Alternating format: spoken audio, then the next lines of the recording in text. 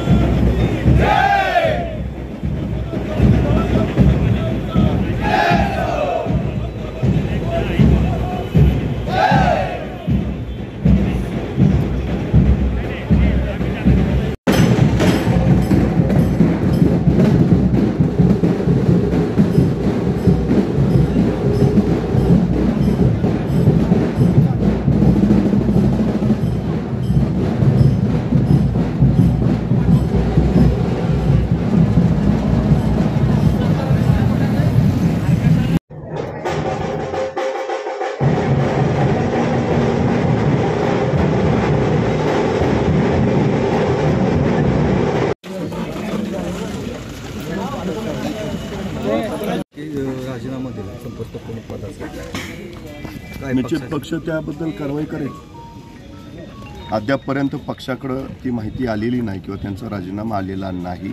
नेमकी त्यांची भूमिका काय आहे हे पक्ष समजावून घेईल आणि त्याच्यानंतर योग्य ती कारवाई होईल।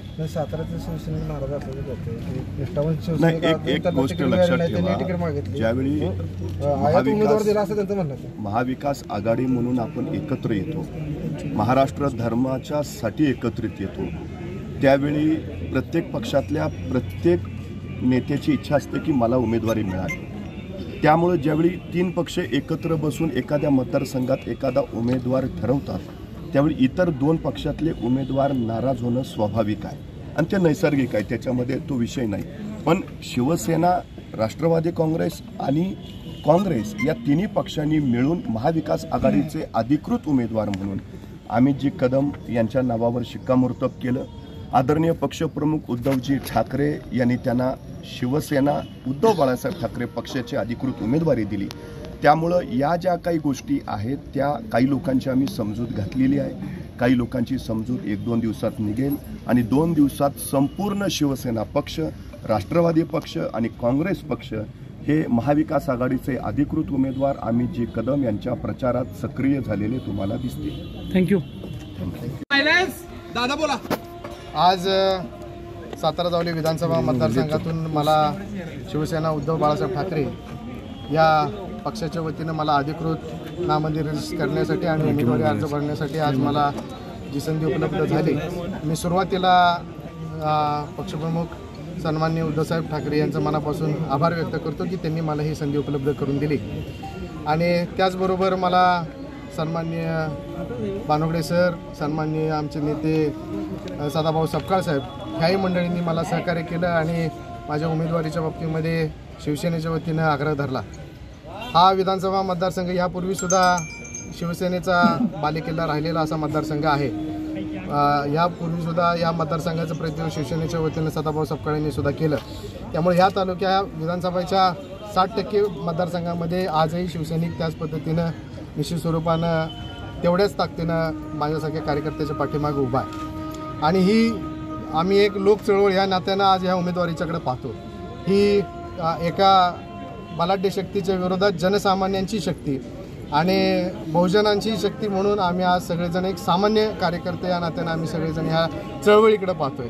ही केवळ एक महाराष्ट्राची मतदान प्रक्रिया नाही, तर ही सातारा विधानसभेतली एक लोक चळवळ आहे, अशा पद्धतीनं आम्ही ह्या निमित्तानं पाहतोय। आणि म्हणूनच मला उद्धवसाहेबांनी जी मशाल माझ्या हातामध्ये दिली आणि ती मशाल प्रत्येकाच्या लोकचळवळीचं प्रतीक, क्रांतीचं प्रतीक म्हणून जे असते, ही प्रत्येकाच्या मनामध्ये ही ज्योत पेटवण्यासाठी ही मशाल काम येईल आणि परिवर्तनाची निश्चित स्वरूपाने शिवसेनेची नांदी निश्चित या विधानसभा मतदारसंघामध्ये नांदेल अशी अपेक्षा करतो। जय महाराष्ट्र। दीपक पवारांनी काम करणार नाही असं सांगितले। सहकारी पक्ष महाविकास आघाडीमधले सगळे आमच्या बरोबर आहेत। त्यांची जरी भूमिका असली तरीसुद्धा सहकारी जे राष्ट्रवादी काँग्रेस पक्षाचे पवारसाहेबांच्या विचाराची संघटित असलेले जे कार्यकर्ते आहेत ते सगळे एकत्रित राहून महाविकास आघाडीबरोबर राहतील असा मला विश्वास आहे। तुम्ही आता म्हणला की जिल्हाध्यक्ष कुठे तुमचे आता मोहिते नाही ते सचिन मोहिते नाही नाही, ते सुद्धा माझे सहकारी आहेत. त्यांनी सुद्धा माझ्या ह्या उमेदवारीच्या प्रक्रियेमध्ये मला सहकार्य केलेलं आहे आणि ते कोणत्या कारणासाठी जरी आता इथं उपलब्ध नसले तरी त्यांनी माझं सातत्यानं चर्चा आहे, माझी त्यांचं बोलणं आहे आणि आम्ही संघटित आहोत. त्याच्याविषयीची शंका असायची काही आवश्यकता नाही. दादा, तुम्ही आता म्हणला की बलाढ्य शक्ती आहे असं म्हणताय तुम्ही, आता जे म्हटलं बलाढ्य शक्ती आहे, कशा पद्धतीने शिवसैनिक म्हणून तुम्ही टफ फाईट देणार आहात? शिवसेनेला नेहमी आतापर्यंत प्रतिकूल परिस्थितीमध्ये लढायची नेहमी एक ऊर्जा मिळालेली आहे वंदनीय बाळासाहेब ठाकरे साहेबांच्या मधून. आतापर्यंतच्या ज्या राज्यामधल्या ज्या काही इतिहास आपण जर बघितला तर वंदनीय बाळासाहेब ठाकरे साहेबांनी नेहमी प्रतिकूल परिस्थितीमध्येच लढा दिला आणि म्हणून कोणी किती बलाढ्य असलं तरी सुद्धा जनसामान्यांचा लढा एकदा उचलला गेला की तो शिवसैनिक ते पार करण्यासाठी प्रयत्न करतील असा मला विश्वास आहे. तिकिटासाठी तुम्ही 4 पक्ष बदलून गेला असं तुमचा आरोप होता, काय म्हणायचं? ज्यांनी आरोप केले त्यांना मला प्रश्न विचारायचा आहे की त्यांनी स्वतःच्याकडे आधी 4 बोटं आपल्याकडेही वळतात याची कदाचित त्यांना विसर पडला असेल. कारण त्यांच्या इथे मी जनसामान्यांच्या लढ्यासाठी मी पक्ष बदलून उमेदवारी घेतली, त्यांनी कोणासाठी घेतली हा माझ्यासमोर आजही अनउत्तरित राहिलेला प्रश्न आहे. कदाचित त्यांना व्यवसाय जपायचे असतील, व्यावसायिक जपायचे असतील, ठेकेदार जपायचे असतील म्हणून कदाचित त्यांनी पक्ष बदलले असतील. त्यांनी आधी पक्ष त्यांनी बदलले ह्याचाही त्यांनी विचार केला. व्हिडिओ व्हायरल होते तुमचा की अजितदादांसाठीच जगणार, अजितदादांसाठीच मरणार. मग आता असं काय झालं की नेमकं तुम्ही शिवसेनेत आला ना, अजितदादांचं आता काय तुम्ही त्याच्यात? अजितदादांनी नेहमी मला सहकार्याची भूमिका ठेवली पण जनसामान्यांच्या रेट्यापुढं आज माझं दायित्व सुद्धा माझ्या जावलीतल्या शिवसैनिकांप्रती असेल, माझ्या तालुक्यातल्या जनसामान्यांप्रती असेल.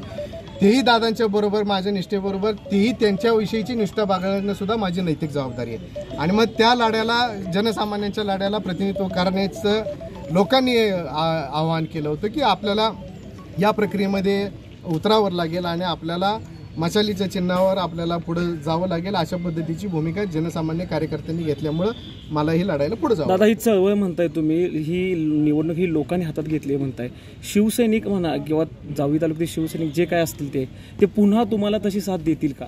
निश्चित मला त्याबद्दलची खात्री आहे. माझे सगळे नेते आज इथं या माझ्या अर्ज दाखल करण्याच्या प्रक्रियेमध्ये आहेत.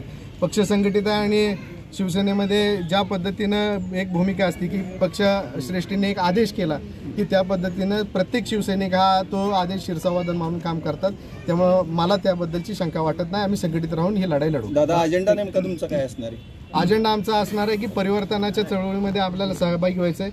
विकासात्मक जी धोरणं आहेत की केवळ भौतिक विकास हा विकास निश्चित स्वरूपाचा नसतो. माझी संकल्पना ज्या पद्धतीने बघितली की विकास जर झाला असेल तर तो कुठल्या ठेकेदारांना किंवा कुठल्या तरी काही मंडळींना सांभाळण्यासाठी झाला असेल तर त्याला विकास म्हणत नाही. विकासाच्या व्याख्या बऱ्याच आहेत की ज्याच्यामध्ये प्रत्येक माणसाचा भावनिक आनंद जपणं असेल, त्याला व्यावसायिक असेल किंवा बेरोजगारांना रोजगार उपलब्ध करून देणं, अशा अनेक पॅरामीटरवर आपल्याला विकासाच्या माध्यमातून धरावं लागतं. केवळ रस्ते, पूल आणि ह्याच्यावर खर्च केला म्हणजे तो विकास झाला असे आम्ही मानणारे कार्यकर्ते नाही.